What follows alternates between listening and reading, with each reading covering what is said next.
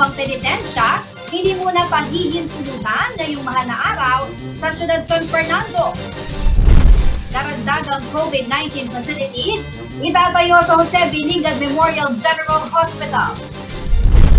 Bagong binuno ng Pampanga Provincial Police, nagpatupad ng tribudon sa Intel Department matapos masangkot ng ilang tauhan sa Hunida. Combined Arms Live Fire Exercises ng Balikatan 2022 umarangkada na sa Capas, Tarlac. At kauna-unahang female fighter pilot ng bansa, ipinagmalaki ng Philippine Air Force.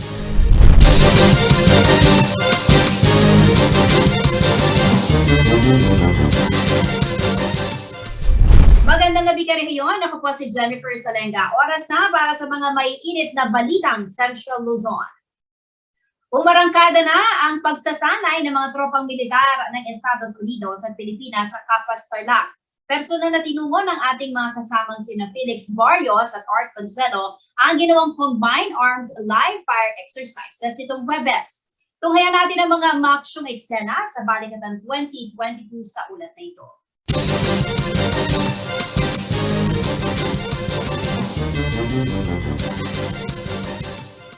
Dahil na rin sa pandemya, 2 taong naantala ang taunang balikatan exercise sa pagitan ng bansang Amerika at Pilipinas. At dahil na rin sa bumubuting sitwasyon ngayong 2022 ay naikasa ang pinakamalaking balikatan exercise sa kasaysayan. Iba't ibang military training ang kasalukuyang ginagawa sa rehiyon. Sa Colonel Ernesto Rabina Air Base sa Capas, Tarlac, nagsagawa ng tinatawag na Combined Arms Live Fire Exercise ang magkasanib na puwersa ng US Military at Armed Forces of the Philippines nitong Huwebes. Sa isang simulated scenario, umatake ang magkasanib na puwersa upang sugpuin ang mga kalaban. Ginamit ng Armed Forces of the Philippines ang mga bagong Armored Personnel Carrier, mga Super Tucano aircraft, AW-109 helicopter, 105mm howitzers at mga mortars upang mahasa sa interoperability operations. Ang puwersang Amerikano, nagdala rin ng kanilang mga High Mobility Artillery Rocket System o HIMARS, mga howitzers, mga Apache helicopters at mine clearing equipment. Naging malaking pagsubok daw para sa AFP ang pagkaantala ng balikatan dahil sa kagustuhan na rin nila na masubukan ang kanilang mga bagong kagamitan. Like I said, we have new equipment. We haven't had much exercise with them. And of course, with the interoperability, 2-year gap is really very big, especially so that we have new troops, we have new commanders, and it's very fortunate that we're able to conduct this again this year. Sa panig ng US Forces naman, ang matagal na kooperasyon ng dalawang bansa ang kanilang sinandalan. Higit sa pagkakaroon ng mga modernong armas, mahalaga umano ang nabuong tiwala sa pagitan ng dalawang nasyon. We've had military-to-military close partnership for over 75 years. We've done Balikatan, this is the 37th iteration. So we have a lot of interoperability built over many, many decades. So while the immediate planning for this, there was some startup kind of friction because we hadn't done it several years. As you can see, we reached a really, really high level of readiness here together in a very short period of time. And that really speaks just to the enduring partnership that we've had. Building trust, not only in your own capability and in your weapon systems and in the effects of your weapons, but building trust in the people that are around you. And to do that with partners over here in the Philippines, I mean, that is absolutely invaluable. Higit na magpapatibay din daw sa Mutual Defense Treaty sa pagitan ng Pilipinas at Amerika ang pagdaraos ng Balikatan 2022. Okay, for the exercise, as you know, this is part of the our Mutual Defense Treaty. We have a Mutual Defense Treaty with the US, which means that any attack on the Philippines or any attack on the US forces here in the Indo-Pacific, we are mutually obliged to support each other. And with this exercise, we can practice before actual events happen, so that if real war or conflict happens, then we're able to know how to interoperate. Sinabi naman ni Armed Forces of the Philippines Chief of Staff General Andres Centino na hindi ito bago at kailangan ng kooperasyon sa pagitan ng dalawang bansa. And as I've mentioned in the opening ceremony 3 days ago, I mentioned that security is always a shared responsibility. And it's important that our capabilities are synchronized with those of our allies. Ang operasyong ito ay magpapalawig ng kooperasyon at tulungan sa pagitan ng mga tropang Amerikano at mga Pilipino. Nagre-report po mula dito sa Colonel Ernesto Rabina Air Base kasama si Art Consuelo, Felix Barrios, CLTV News.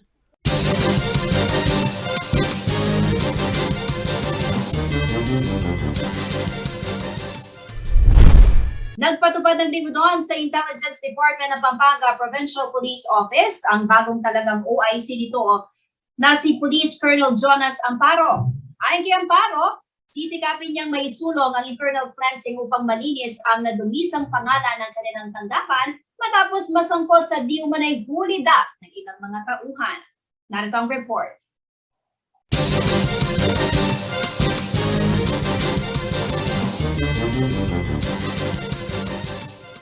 Matapos muling mabahiran ng kontrobersiya ang integridad ng kapulisan sa Pampanga dahil sa pagkakasangkot ng 10 tauhan sa di umano'y hulidap, sisikapin daw na ibangon ng officer in charge ng Provincial Police Office na si Police Colonel Jonas Amparo ang integridad ng Intelligence Department nito. Paliwanag niya, bukod sa 10 nai-relieve na police officers na direktang sangkot sa hulidap, lahat umano ng personnel sa ground operation ng Intel Department ay kanilang pinalitan. Na-relieve na yon, tama? Opo.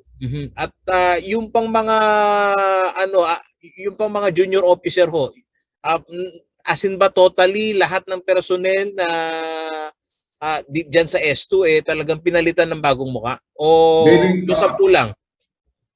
Hindi, ito ang natin.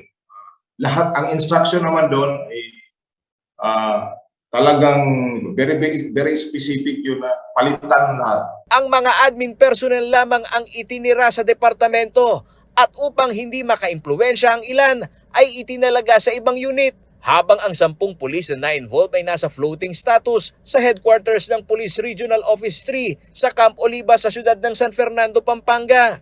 Ganun pa rin, nandun yung influensya nila eh. So dapat tanggalin din yun at yun din kahit na hindi yan wala yan doon sa hindi na involved. We will be applying the yung internal cleansing mechanism ng aming ng ating organisasyon.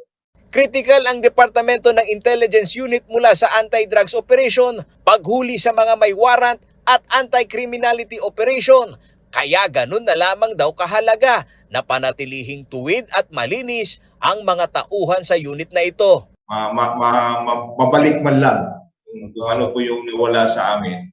Kasi ang PNP as an organization is nakakapag may momentum na minsan nadadapa tayo pero kailangan natin bumangon, kailangan natin mag-initiate ng mga bagay para ang tiwala ng tao ay pa rin natin, ma-win back natin at mapakita natin kung ano talaga yung tunay na mukha ng Pampanga Police Provincial Office. Bahagi ng Philippine National Police Academy o PNPA Class 94 si Police Colonel Amparo. Nabuhat naman sa Special Action Force ng PNP, naging Provincial Director ng Aurora, kahit na OIC siya ng Pampanga PPO. Kumakatawan din ito bilang Deputy for Regional Operation o DRDO at Vice Chair ng Regional Security Task Group. Paolo G. Santos, CLTV News.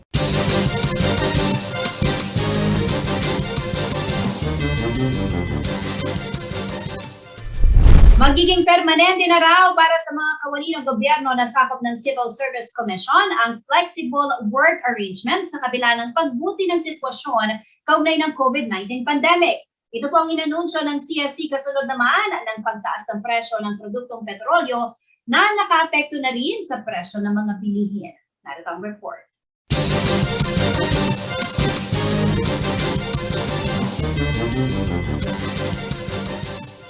Malaking adjustment daw ang work from home setup para sa social worker at information officer ng Department of Social Welfare and Development o DSWD Region 3 na si Rainer Grospe. Mula kasi sa nakasanayang pagpunta ng mga kliyente at benepisyaryo ng DSWD sa kanilang opisina, natigil ito bilang pag-iingat sa pagkalat ng COVID-19. Yung transition from face-to-face to virtual yung delivery ng social services natin ay napakahirap talaga, malaking adjustment. Unang-una, syempre, hindi naman capacitated din yung mga clients natin sa digital platforms. Pero dahil hindi maaring ihinto ang pagbibigay ng social services, nagpatubad ng flexible working arrangement ng gobyerno kasama ng work from home. Tulad ng marami mula sa face-to-face, may mga aktibidad na ginawang virtual ng kanilang ahensya. Kinalaunan, napatunayan din naman na sa kabila ng mga pagbabagong dulot ng pandemya, tuloy lang ang kawani ng DSWD sa paggampan sa kanilang tungkulin. It's a very big adjustment at malaking challenge. Pero nagawan naman natin na yung pag-a-adjust natin was very smooth, no? Na-deliver pa rin natin yung mga social services na kinakailangan ng mga tao, especially during the height of the pandemic, lalo na nung mga panahong nagla-lockdown tayo naman, mga nationwide and local and granular lockdowns tayo.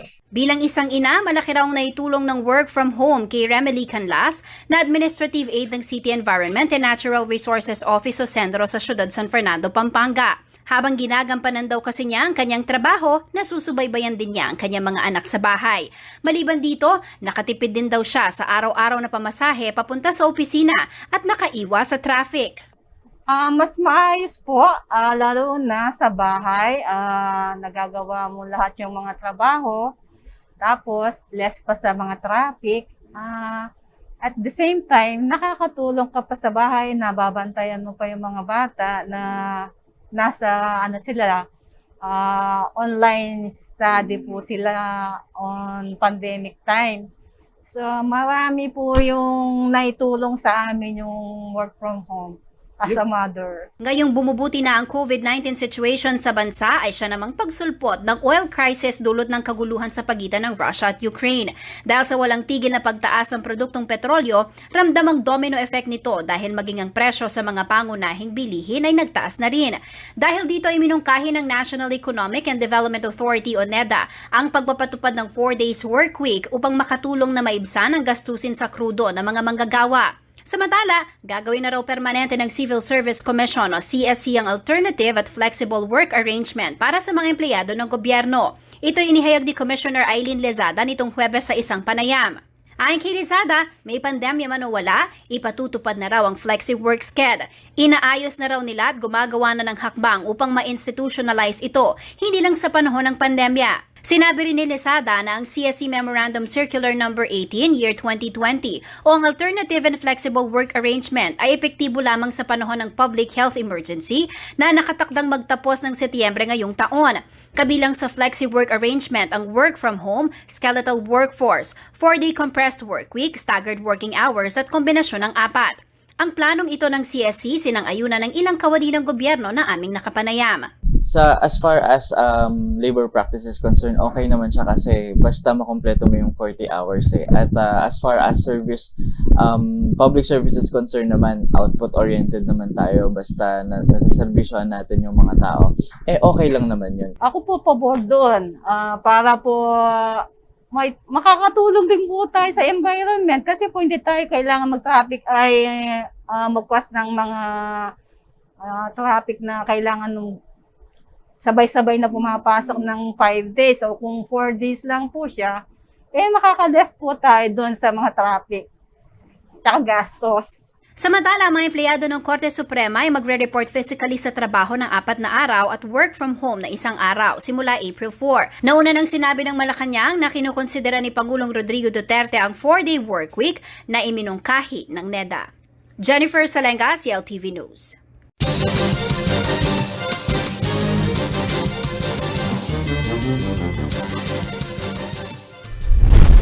Sa pagbabalik ng CLTV News, Chief of Police sa iba't ibang bayan ng syudad, binalasa na bilang paghahanda sa eleksyon. Rollback sa presyo ng produktong petrolyo, posible raw sa susunod na linggo ayon sa DOE. Natili nakatutok para sa iba pa mga nangungunang balita ngayong araw.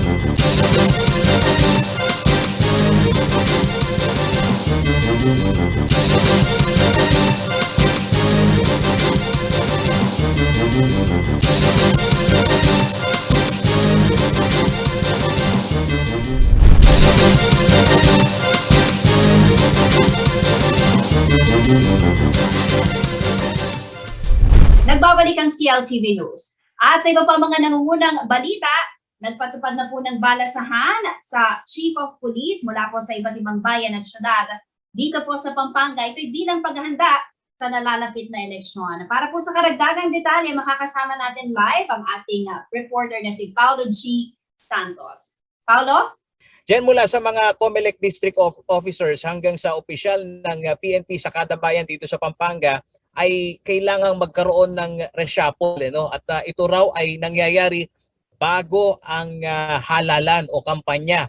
Bahagi ito ng estratehiya ng kada ahensya ng gobyerno na may direktang involved sa magiging takbo ng halalan, partikular na sa kampanya. Ngunit dito sa bayan ng Santo Tomas, Pampanga, ang Chief of Police na si Police Captain Glenn Santileses hindi pa rin napapalitan. Ano ho kayong Chief of Police ng Santo Tomas?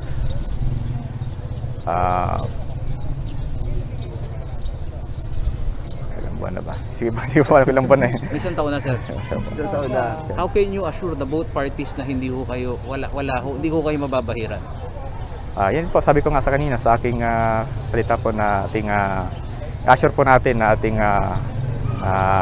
ang kapulisan po, wala pong pinapanigan po yan. So lahat po ng kandidato, po natin. Dito naman po kami, non-partisan politics po yung PNP, wala po kaming kinikilingan. Na-rotate, yung iba ho na reshuffle.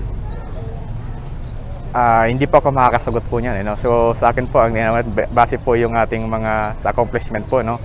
Ever since naman, before nag-start itong election period, nagsimula na kami doon sa region, nagpapalitan, nag-regulo na tayo ng mga chief of police.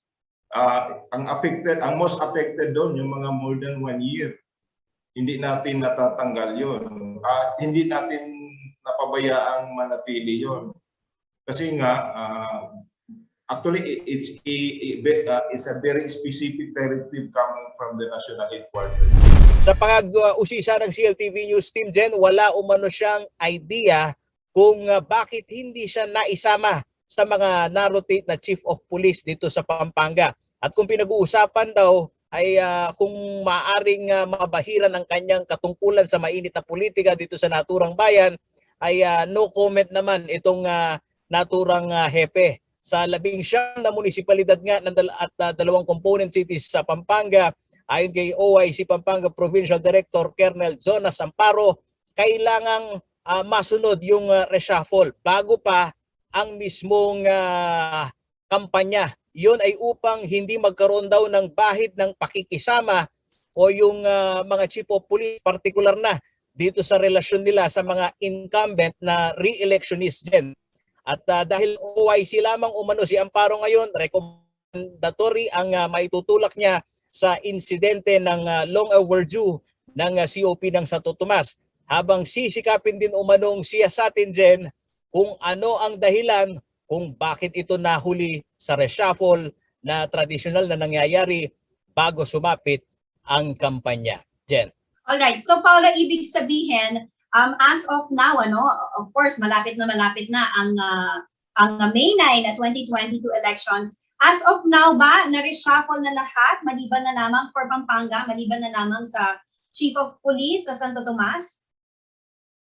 Base kay Colonel Amparo, Jen, yun nga lang, itong Santo Tomas, ito ang isa sa hindi pa na-reshuffle. Pero bago pa mangyari yung kampanya, sa turnover daw ni Colonel Robin Sarmiento, ating Jen, lahat nitong COP ng 19 na munisipalidad at 2 component city ay nagkaroon ng reshuffle. Kaya iniimbestigahan nila kung paanong hindi napalitan ito namang Chief of Police ng Santo Tomas, Jen.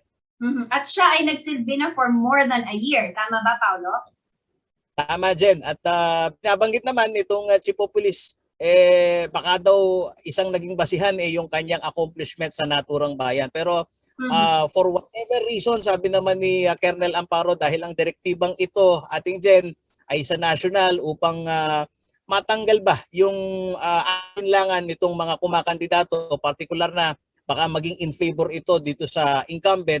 Kaya masusunod daw yung direktiba ng national na kailangang palitan yung Chief of Police ng isang bayan na naglingkod, ating Jen, ng higit 1 taon. At sa kaso nga nitong sa hepe ng Santo Tomas, ano daw ang gagawin naman ni OIC Amparo, no, si Police Colonel Amparo, para to make sure na before ang eleksyon magkakaroon din ng ibang assignment yung hepe ng Santo Tomas, Paulo?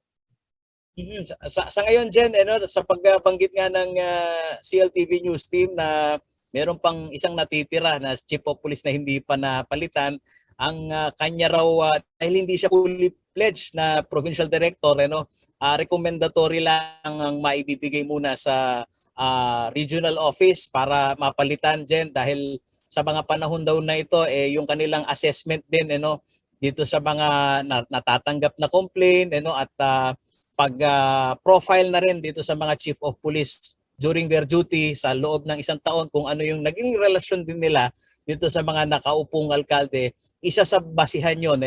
Pero as much as possible daw ating kailangang mapalitan yan dahil medyo critical itong naturang bayan dahil sa mga nakalipas na panahon, Jen, nailagay sa kategoryang yellow alert itong bayan ng Santo Tomas.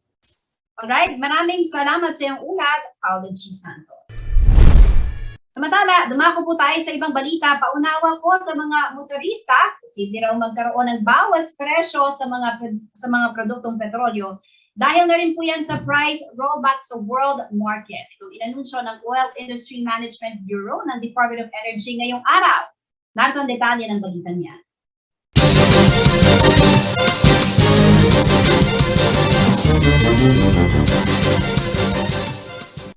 Bumaba na raw sa nagdaang 3 araw ang presyuhan ng krudo sa world market. Dahil dito, posibleng magkaroon ng bawas presyo sa mga produktong petrolyo sa susunod na linggo. Ayon ito kay Rino Abad, Direktor ng Oil Industry Management Bureau ng Department of Energy o DOE. Ayon sa opisyal, kapag natuloy ang pagbaba o ma-maintain ang pagbaba ng presyo hanggang ngayong araw ng Biyernes, nakikitang posible ang rollback sa susunod na linggo. Hindi naman nagsabi kung magkano ang magiging bawas presyo, pero paliwanag ni Abad malaki ang indikasyon na magkakaroon ng rollback base sa presyuhan ng pandaigdigang merkado.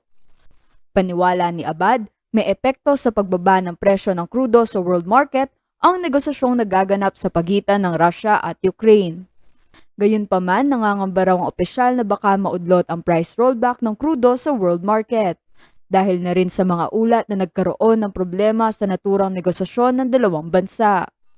Kabilang sa mga napagkasunduan sa ginagawang pag-uusap sa Istanbul ang pagbabawas umano ng Russia ng pwersa nito sa Ukraine. Muling nagkaroon ng pagtaas sa presyo ng produktong petrolyo ngayong linggo sa bansa matapos makahinga ng 1 linggo sa susunod na oil price hike. Ayon sa DOE, umabot na sa 18 pesos and 30 cents per liter ang itinaas o nadagdag sa presyo ng gasolina.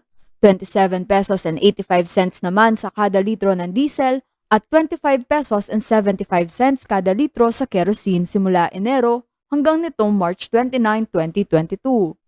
Batay sa monitoring ng DOE as of March 29 to 31, nasa 68 hanggang 83 pesos ang presyo ng gasolina, 64 to 74 pesos sa diesel, habang 65 to 76 pesos naman sa kerosene.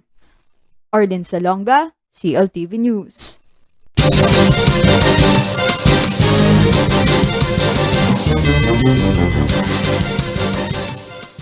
Sa pagbabalik ng CLTV News. Papako at iba pang penitensya, hindi muna pahihintulutan ngayong mahal na araw sa Ciudad San Fernando. Karagdagang COVID-19 facilities itatayo sa Jose Binigad Memorial General Hospital. At kaliwadan, inaasang magtitiyak sa supply ng tubig sa Bulacan. Ilang grupo ng mga katutubo nais pang pagharana ng proyekto. Manatili na katutok at magbabalik ng CLTV News.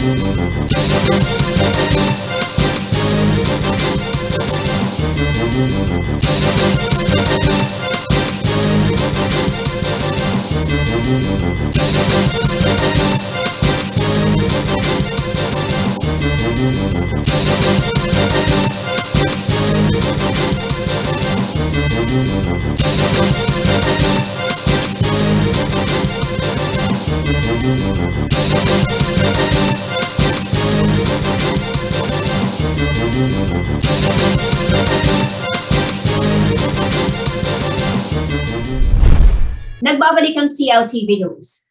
Dahil po sa nagpapatuloy na COVID-19 pandemic, hindi mo na pahihintulutan ang ilang mga nakasanayang tradisyon sa Ciudad San Fernando, Pampanga tuwing mahal na araw. Kabilang dito ang pagpapapako sa krus at iba pang uri ng penitensya. Narito ang detalye ng balita niya.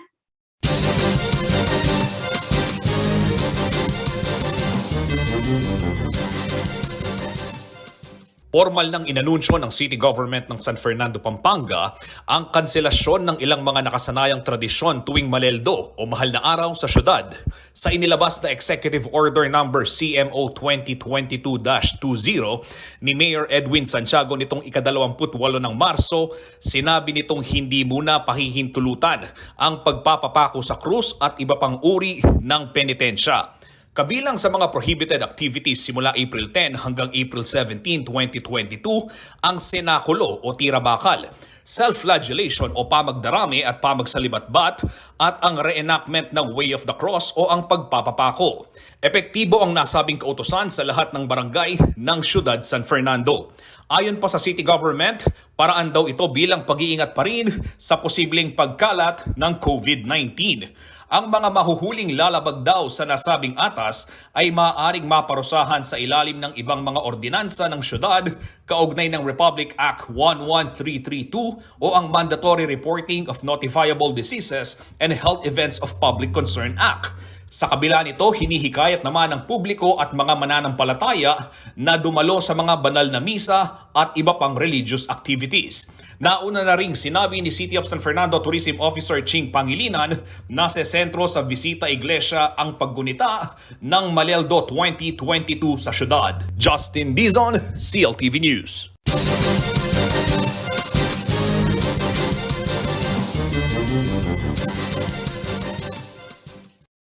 Dalawang karagdagang gusali ang planong ipatayo sa compound ng Jose Binigad Memorial General Hospital. Kabilang ito sa pandemic response ng Department of Health sa Central Luzon. Ayon po kay DOH Secretary Francisco Duque III, bahagi ang gagastusin sa proyekto na higit 1 bilyong pisong pondong na ibaba sa probinsya ng Pampanga para sa mga health care facility. Narito ang report.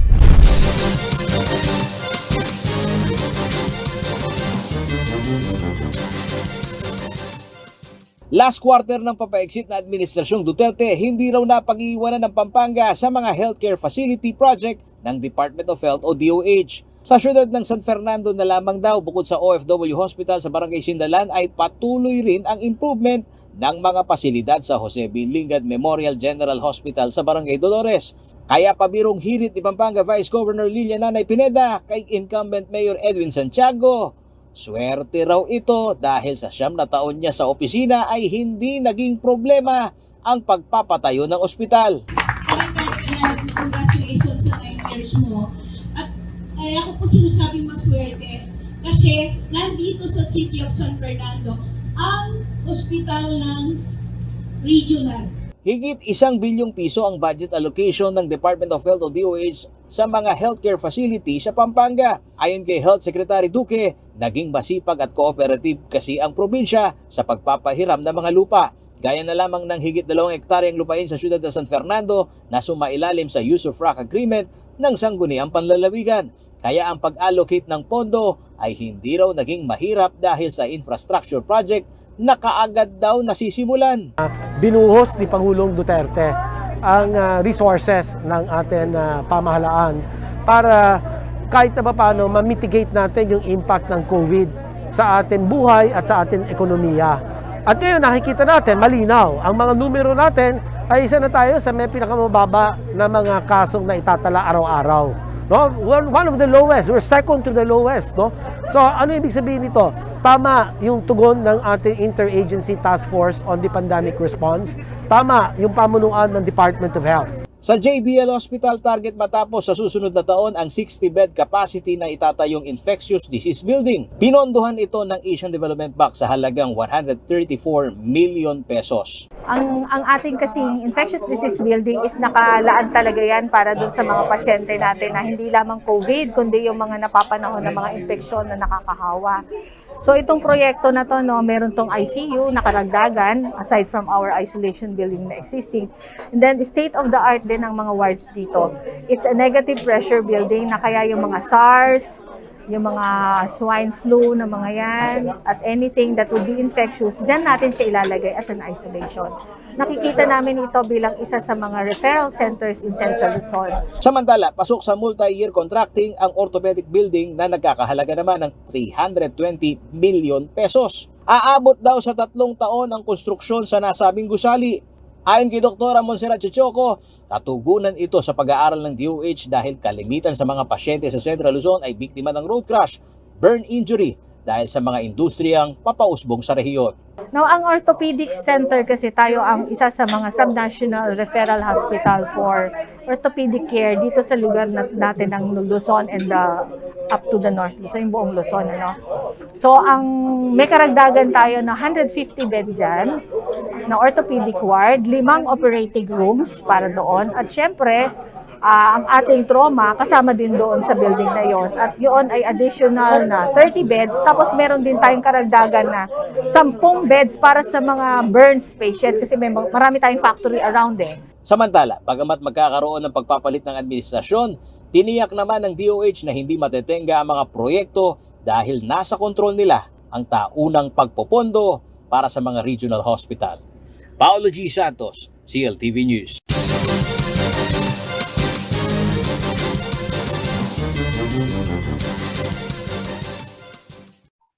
Kaya na mag-supply na hanggang 600 milyong litro ng tubig kada araw ang itatayong Kaliwa Dam ayon po sa Metropolitan Water Works and Sewerage System o MWSS. Ibig sabihin, ganitong dami rin ng tubig para sa Metro Manila ang maaaring hindi na higupin sa Angat Dam na mapupunta naman sa Bulacan. Sa kabila nito, nais pa raw pag-aralan ng ilang grupo ang nasabing proyekto. Narito ang report.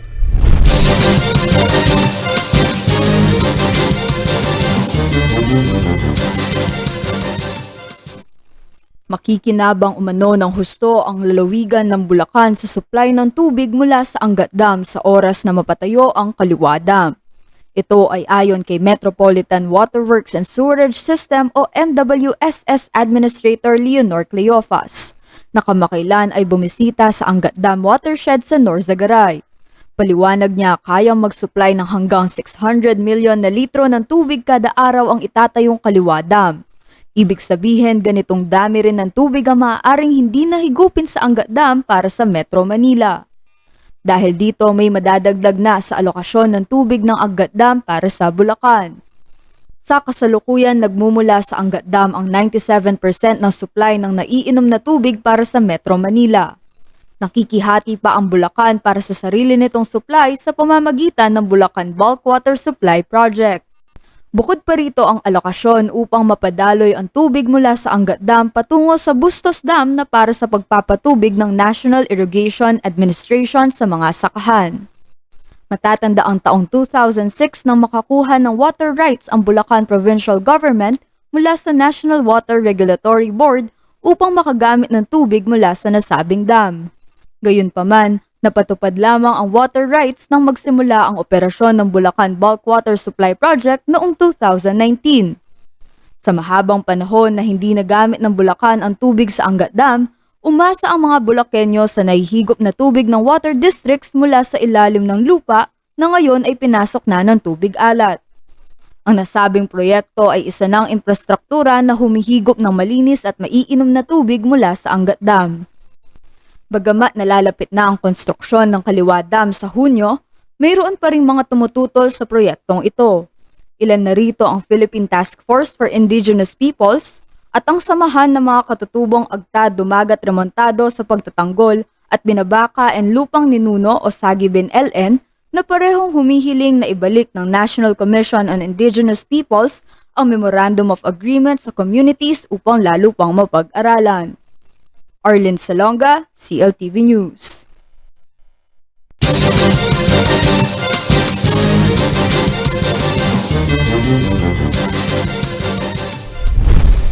Sa pagbabalik ng CLTV News, nauna-unahang female fighter pilot ng bansa, ipinagmalaki ng Philippine Air Force. Manatiling nakatutok at magbabalik CLTV News.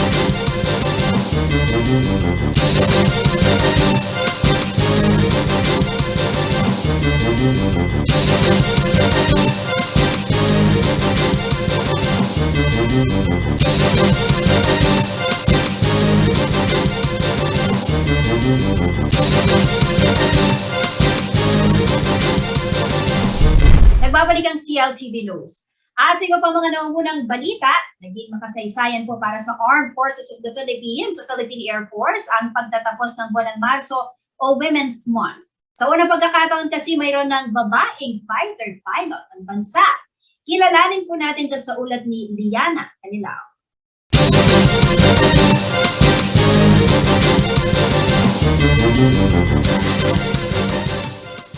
Walang duda na kung ano ang kaya ni Juan, kaya rin ni Juana at Maria. Hindi lamang sa loob ng bahay, sa paggawaan o opisina at palakasan, kundi maging sa bakbakan. Yan ang pinatunayan ni First Lieutenant Juliza May B. Camposano Beran, ang kauna-unahang female fight pilot ng Philippine Air Force o PAF.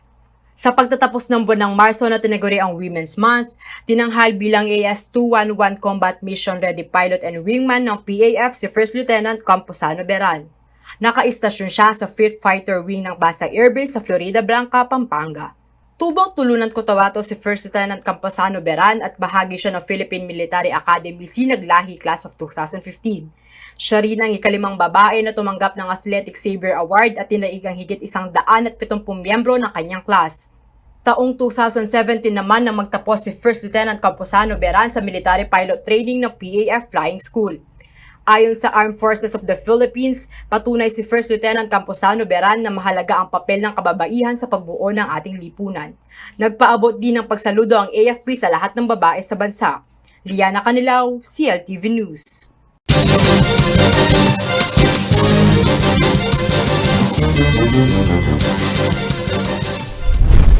Alamin naman po natin ang magiging lagay ng panahon mula kay Ginoong Manny Esguerra, ang Chief Weather Forecaster ng Pag-asa Clark.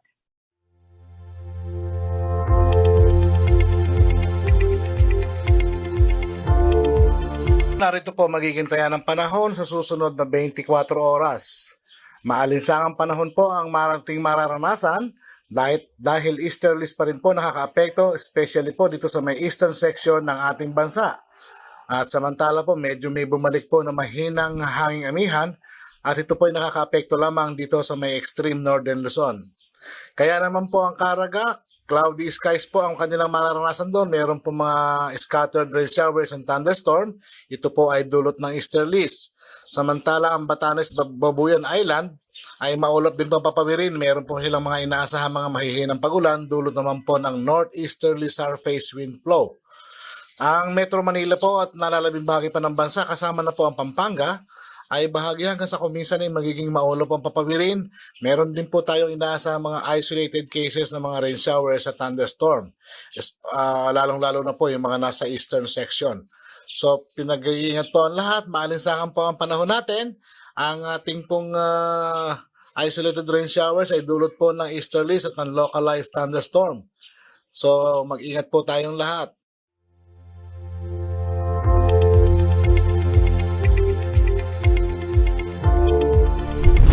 At yan ang mga balitang nakalap ng CLTV News. Para sa karagdagang detalye, maaari niyong i-follow ang aming social media pages. Facebook at CLTV36 Official and at CLTV36 News.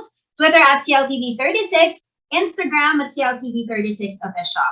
Kung nais yung balikan ng mga programa ng CLTV, pwede niyong bisitahin ang aming YouTube channel at CLTV36 Official at ang aming website www.cltv36.tv. Mapapanood din po mga programa ng CLTV nationwide via Signal Channel 115 at sa ating 39 cable partners. Kasama buong pwersa ng CLTV News and Current Affairs, ako po si Jennifer Sanenga. Maraming salamat po at happy weekend.